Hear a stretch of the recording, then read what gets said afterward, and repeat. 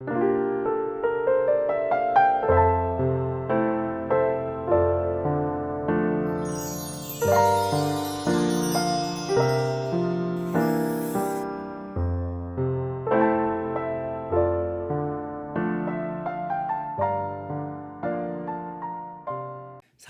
4장 1절에서 12절까지 말씀을 교독합니다. 사울의 아들 이스보셋은 아브넬이 헤브론에서 죽었다 함을 듣고 손에 맥이 풀렸고 온 이스라엘이 놀라니라. 사울의 아들 이스보셋에게 군지휘관 두 사람이 있으니 한 사람의 이름은 바하나요 한 사람의 이름은 레갑이라. 베냐민 족속 브에롯 사람 림몬의 아들들이더라. 브에롯도 베냐민 지파에 속하였으니 일찍이 브에롯 사람들이 기타임으로 도망하여 오늘까지 거기에 우거함이더라. 사울의 아들 요나단에게 다리 저는 아들 하나가 있었으니 이름은 무비보셋이라. 전에 사울과 요나단이 죽은 소식이 이스라엘에서 올 때에 그의 나이가 5살이었는데 그 유모가 안고 도망할 때 급히 도망하다가 아이가 떨어져 절개되었더라.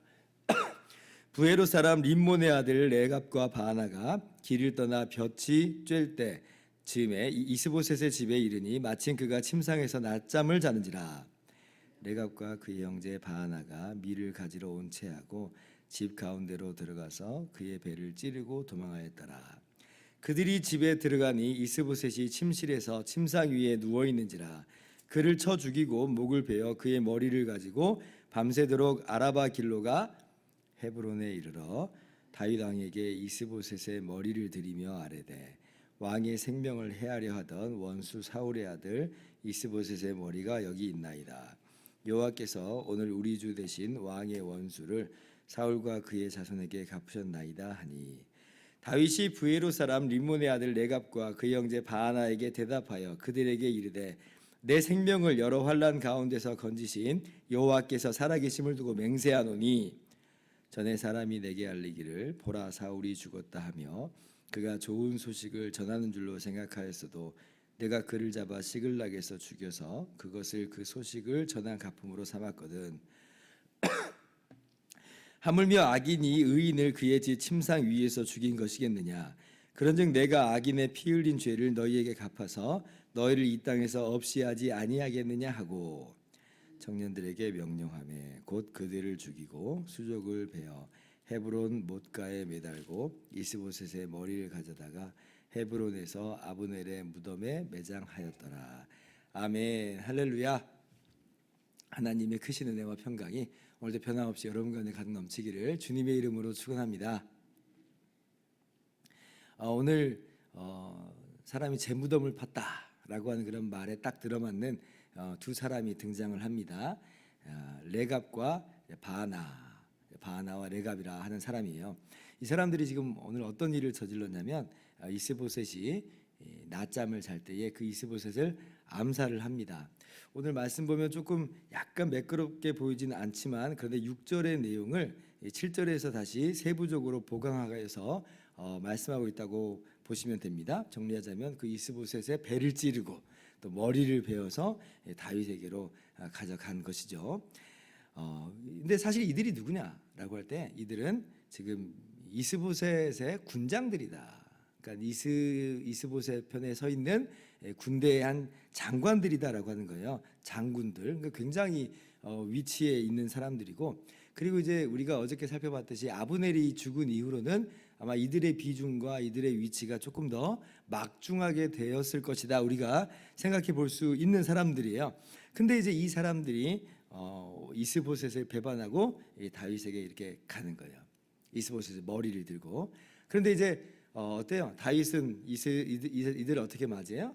오히려 이 바하나와 레갑을 처형을 합니다. 좀 깜짝 놀랄만 하죠. 우리 같으면 지금 우리나라와 지금 대치하고 있는 저쪽 나라에 있는 사람들이 투항이 온다. 게다가 지금 이 적군의 수장의 머리를 들고 투항이 온다. 만약 내가 다윗의 위치에 있었으면 뭐 좀 깨림직은하겠죠. 깨림직은 할 수 있지만 그래도 아주 그냥 훌륭한 일을 했다고 그렇게 우리는 받아주고 아마 포상해주고 그럴지도 모르는데, 근데 다윗은 우리가 생각하는 그런 반응을 전혀 보이지 않는다는 거예요.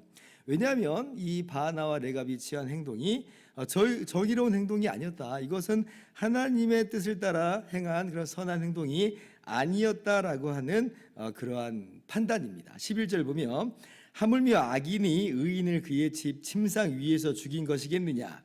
그런즉 내가 악인의 피 흘린 죄를 너희에게 갚아서 너희를 이 땅에서 없이 하지 아니하겠느냐. 그러니까 이것이 다윗의 판단이에요. 그래서 바나와 레갑을 처형을 합니다.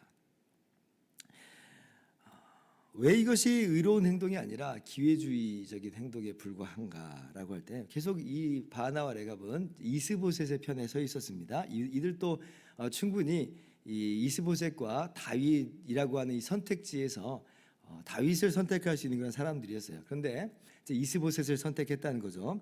자, 그러면 계속해서 이제 이스보셋의 편에 서 있을 텐데, 충분히 그럴 수 있어요. 충분히 그럴 수 있어요. 그런데 지금 이제 정작 이 상황에서 넘어왔다. 이게 무슨 의미예요? 아브넬이 죽었어요. 지금 이스보셋은 지금 맥이 탁 풀려버린 상태입니다. 지금 눈을 들어보니까 이제는 여기는 소망이 없는 것처럼 보여요. 그러니까 그제서야 움직인 거예요. 그제서야 움직였어요. 전세가 불리해지니까 뭔가 여기에 있다가는 내가 이제 여기서는 뭐 국물도 얻을 수 있는 게 없는 것처럼 보이니까 이제 그제서야 움직였다. 아브넬이 있을 때는 그쪽이 더 강해 보이고 11지파가 다 모여 있으니까 숫자가 더 많아 보이고 아마 이쪽이 대세라고 생각을 했겠지만 근데 지금은 아닌 것처럼 보이니까 이제 기회를 따라 움직인 것에 불과했다. 이것이 절대 무슨 이들이 정의롭고 선하고 그렇기 때문에 한 행동이 전혀 아니었다라고 하는 것입니다. 근데 저는 오늘 이렇게 한번 생각을 해봤어요. 그러면 만약에 이 바나와 레갑이 이스보셋의 머리를 들고 투항한 게 아니라 그냥 투항을 해왔으면 어떨까? 그냥 다윗에게로 살려주세요.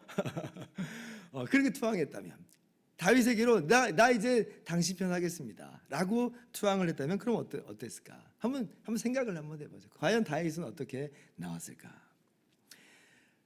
다윗이 어떤 사람이냐에 따라서 아마 그 판단이 달랐겠지만 분명히 우리가 알고 있는 성경적인 그런 다윗의 성품과 행동을 볼 때에 다윗은 분명히 그들을 그대로 받아 주었을 것입니다. 왜냐하면 아브넬조차도 사실은 다윗에게 내가 당신 편 하겠습니다라고 찾아왔을 때 좋다라고 아브넬까지도 받아 주었거든요. 그렇다면 바나와 레갑도 하물며 그냥 투항해 온다면 다윗은 분명히 받아줬을 거예요. 근데 문제는 뭐냐? 이 바나와 레갑은 그냥 투항해 온 게 아니라 지금 내가 다윗에게로 갈 때에 뭔가를 들고 가야 되겠다라고 하는 그런 마음으로 온 거예요. 일종의 어떤 자기의 의, 자기의 공로, 자기의 행위, 뭔가 내가 얻어낼 수 있을 만한 상응하는 어떤 내가 가치라고 생각하는 상응하는 가치라고 생각하는 무엇을 들고 간 거예요. 그렇게 해서 내가 상을 받아내야 되겠다 이렇게 찾아온 거죠. 문제는 바로 거기에 있는 겁니다. 다윗에게로 갈 때는 그냥 가야죠. 그냥 가야 돼요. 은혜를 바라고 가는 겁니다. 근데 그렇게 은혜를 바라지 않고 마치 대등한 관계처럼 마치 내가 얻어낼 수 있는 것처럼 가는 순간 그것은 바람직한 모습이 아니다라고 하는 거예요. 그래서 저는 오늘 이 사건이 어쩌면 하나님과 우리와의 관계를 아주 잘 보여주고 있는 그런 사건이라 저는 봅니다. 우리도 어때요? 원래는 하나님 편에 서 있는 사람들이 아니죠. 본질상 진노의 자녀고 하나님의 원수입니다. 부인할 수 없이 우리 모두는 죄인이에요. 그런데 자 우리가 하나님께로 가야지 살아요. 하나님께로 가야지 살아요. 어떻게 가는가? 무엇을 들고 가는가? 무엇이 필요한가? 돈이나 명예나 어떤 나의 행위, 내가 하나님께 뭔가를 해드렸다라고 하는 나의 공로를 들고 하나님께로 갈 수 있는가? 그렇게 해서 하나님의 진노를 우리가 피할 수 있는가? 하나님의 진노를 우리가 돌이킬 수 있는가? 라고 할 때에 절대로 그렇게 될 수가 없죠. 유대인들은 끝까지 자기 의를 붙잡았어요. 그러니까 십자가가 걸림돌이 된 거예요. 십자가는 우리를 향해서 죄인이라고 말하고 오직 은혜로만 구원받을 수 있다고 이야기하니까 그 십자가가 걸림돌이 되는 겁니다. 유대인들은 내가 그래도 뭔가를 했다. 율법을 지켜왔다. 내가 그래도 하나님의 선민이다라고 하는 자기 의의를 갖고 있었던 거예요. 그러니까 유대인들이 뭐예요? 주님을 의지하지 못하고 십자가를 의지하지 못해요. 오늘 마치 레갑과 바나와 레갑처럼 자기 열심과 자기 의와 자기 행동을 붙잡고 이 정도면 받아지겠지. 이 정도만 한 몫 잡을 수 있겠지. 이러고 있었던 것이죠. 천만의 말씀이에요. 그 어떤 것으로도 우리 인간은요, 하나님을 만족할 수 없고 하나님의 공의를 우리는 만족시킬 수가 없어요. 하나님의 진노를 피할 수가 없어요. 그럼 어떻게 나가야 되는가? 그냥 나아가는 거예요. 그냥 나아가는 거예요. 오직 예수 그리스도의 십자가 피 공로만을 의지하여, 오직 하나님의 은혜와 자비만을 우리가 믿음으로 그렇게 나아가는 것입니다. 맞습니다. 저는 정말 죄인입니다.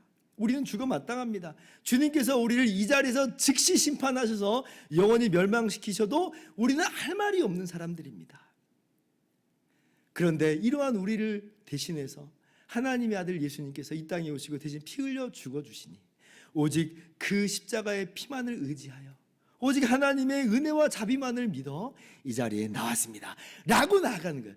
그러면 자비롭고 의로우신 우리 하나님께서는 우리를 받아주신다. 우리가 이것이 하나님께로 용납될 수 있는 유일한 길이라고 하는 것입니다. 그러므로 오늘 말씀을 우리는 이렇게 적용을 할 수 있겠습니다. 오직 십자가만을 의지하고 오직 하나님의 은혜와 사랑만을 믿음으로 하나님의 은혜의 보좌 앞으로 나아가자. 이것이 바로 겸손의 모습이에요. 하나님께서 우리에게 원하시는 모습이죠. 사무엘서에서 가장 강조하는 것 중에 하나가 이러한 겸손의 모습입니다. 사무엘 첫 장에서부터 보세요. 한나와 분인나 이야기가 나와요. 하나님께서는요, 교만한 자를 낮추셔요. 하나님은 겸손한 자, 깨어진 자, 가난한 자를 높이시는 거예요. 그래서 한나가 그렇게 사무엘을 기도의 응답으로 얻고 나서 이렇게 기도하는 내용이 나와요. 사무엘서 상 2장 8절을 보면 가난한 자를 진토에서 일으키시며 빈궁한 자를 걸음더미에서 올리사 귀족들과 함께 앉게 하시며 영광의 자리를 차지하게 하시는 도다. 우리가 하나님께 나아갈 때 아무것도 내가 뭐 가지고 나가야지 이런 생각, 헛된 생각을 갖고 우리 버려야 될 것입니다. 오직 가난한 마음, 깨진 마음, 죄인으로서의 그런 낮은 마음으로서, 그런 겸손한 모습으로서 주님의 십자가만을 붙들고 겸손하게 하나님의 은혜와 자비만을 힘입어 나아갈 때에 하나님은 우리를 받아주세요. 그래서 어저께도 제가 말씀드린 것처럼 우리가 여기서 자랑할 건 없는 거예요. 우리가 겸손할 수밖에 없는 거죠. 왜냐하면 이 모든 것은 하나님의 은혜이기 때문에 그렇습니다. 오늘 바나와 레갑은 바로 여기에서 천추의 한을 남기는 거예요. 크게 잘못한 것입니다. 뭔가 가지고 나아가겠다는 헛된 마음으로 나아가는 순간 그것이 오히려 멸망을 재촉하는 길이다라고 하는 것을 깨닫고 오직 우리를 영원히 사랑하시는 하나님의 사랑을 믿고 의지하여 주님의 십자가 피공로만을 붙들고 이 자리에 나아가시고 그렇게 기도로 나아가실 때에 하나님께서는 그 놀라운 은혜와 사랑으로 여러분의 기도를 들으시고 오늘도 역사하시는 줄을 믿으시기 바랍니다. 기도하겠습니다.